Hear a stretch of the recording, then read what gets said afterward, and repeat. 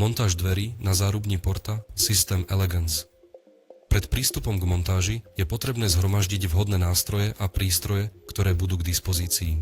Kladivá, meter, nôž, montážne vzpery, montážne držadlá, montážna pena, dištančná doska, lepidlo na drevo, imbusový kľúč, nožnice na tesnenie, akus krutkovač, sada bitov, sada vrtákov, kliny, silikón, šablóna na zámok, skrutkovač. Vykonávame meranie montážneho otvoru. Na 2 miestach kontrolujeme jeho výšku, na 3 jeho šírku. A v 6 hrúbku múru po 3 merania z ľavej a pravej strany. Tiež skontrolujeme, či je stena zvislá a úroveň podlahy. Pred rozbalením zárubne skontrolujeme stav balenia. Prečítame si informácie na etikete balenia. Na otvorenie obalu sa nesmú v žiadnom prípade používať ostré nástroje, ako je napríklad nôž. Môže poškodiť zárubňu nachádzajúcu sa vnútri. Na pracovnej ploche rozložíme všetky prvky zárubne. Uistíme sa, že žiadny z nich nie je poškodený. Dodané prvky zárubne sú už predbežne zložené bez použitia lepidla. Pred začatím montáže ich treba rozložiť. Nasadenú tesniacu gumu pred skrátením by sme mali posunúť smerom nahor po nosníku. Tesniaca guma môže byť na konci nosníka deformovaná. Tesnenie stačí posunúť o približne 2 cm. Na odstrihnutie tesnenia môžeme použiť špeciálne nožnice. Tento úkon vykonávame na oboch stranách ľavej a pravej laty, ako aj na hornej late. Na spojoch rohov zvislého a vodorovného trámu nanášame malé množstvo lepidla na drevo. Ukladáme prvky voči sebe v pravom uhle a nasadzujeme spojky krycích líšť. Následne umiestňujeme plastové spojky do zvislého a horného trámu. Prvky zárubne spájame skrutkami. Skrutky uťahujeme s dôrazom na presnosť spojenia líšť z vonkajšej strany. Rovnakú operáciu treba zopakovať na druhom rohu zárubne. Spodok zárubne zabezpečujeme silikónom. Činnosť vykonávame na oboch zvislých trámoch. Silikón nepoužívame v prípade podláh pokrytých kobercovou krytinou. Pred zložením zárubne z pracovného stola na ňu nasadzujeme rozperky. Prvú rozperku umiestnime v hornej časti zárubne. Skrutku na nastavenie šírky smerujeme nadol. Potom uvoľníme obe svorky spájajúce rozperu s rámom a presunieme ju nadol, pričom ju otočíme o 120 stupňov. Tentoraz skrutku na nastavenie šírky smerujeme nahor. Umožní nám to pohodlné odstránenie rozpery z rámu osadeného v stene.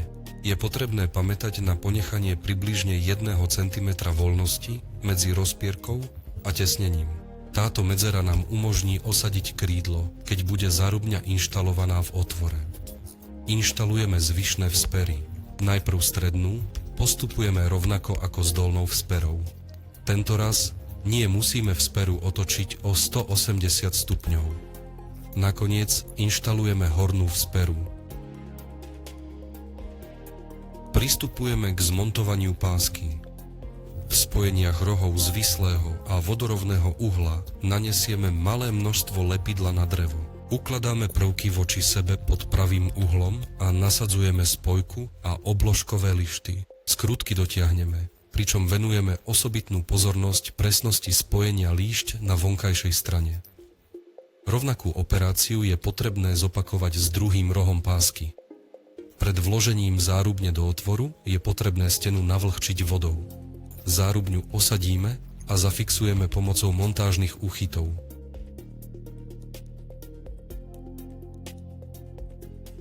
Pod dolné púzdro závesu vkladáme kliny. Klin umiestnime aj v rohu oproti nosníku, kde budú namontované závesy. Vodováhou kontrolujeme úroveň horného nosníka a zvislosti zvislých nosníkov. V prípade potreby upravujeme nastavenie zárubne. Pristupujeme k montáži závesov. Umiestňujeme panty v drážkach a cez montážne otvory vykonávame navrtanie.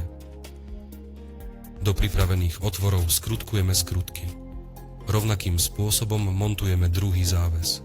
Umiestňujeme krídlo do zárubne, zasúvajúc závesy do otvorov. Medzi krídlo a hornú tramovú vložku umiestnime vyrovnávaciu doštičku. krídlo zdvihneme špeciálnym nástrojom. Priťahujeme pánty s krutkami, čím spájame krídlo s rámom.